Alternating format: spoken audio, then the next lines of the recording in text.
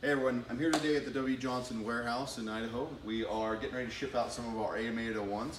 Want to spend a few minutes before we send these out and give you guys a little bit of introduction into the AM-801 and why it was listed as #1 in the Nustal and Homeland Security study for portable radiation portal monitors. So the portal monitor market requires a design that is simple, easy to use, easy to set up, and since we don't use these things every day, something that really is easy to remember how to operate and how to be used in the minute of emergency. So the first thing we did in this design was we designed it with a very simple base. So the base is very lightweight, very flexible, one person setup. And rather than a lot of the other ones that are on the market, we utilized a standard connection. So this detector, just like Legos, slaps right into place. So as you can see, there's a cable right here that a connector that connects without any real wires or cables or any of the stuff that could be lost or broken or crimped, creating failures in the field. So what we've made this easier to do is simply set it on the base, slap it into place, lock it down,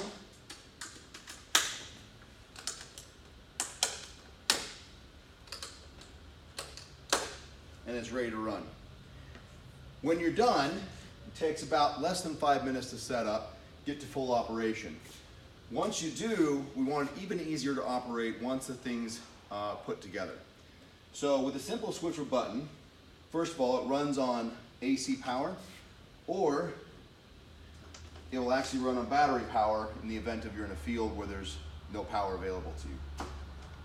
But once it's up and running, simple switch or button, it can be set up to operate. System check. It performs a background check immediately without any user interface. Automatically runs. It can be set to do a background check at 10 seconds up to 60 seconds. Once it does that, it auto establishes your threshold for go, no go. So from this point forward, it's essentially ready to run. Ready. As you hear, system is ready to run without any user operation.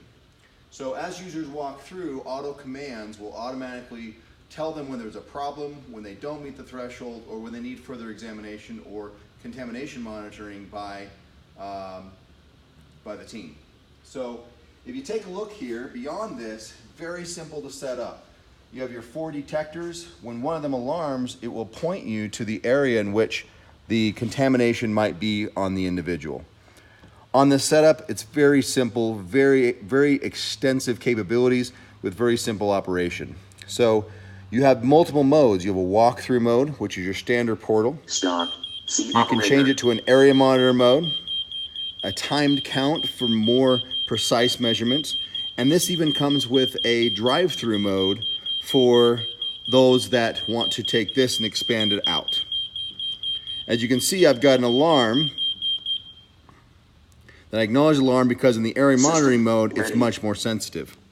So going back into the setup, I can take minimum time counts, I can adjust my levels, I can set my alarm thresholds, I can even change my units, CPM or CPS if I want faster counting.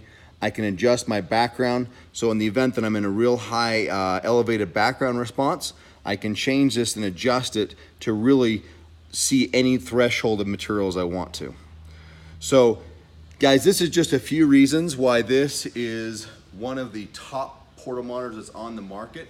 It's easy to use, it's simple, and most importantly, it's priced better than any other portal monitor on the market.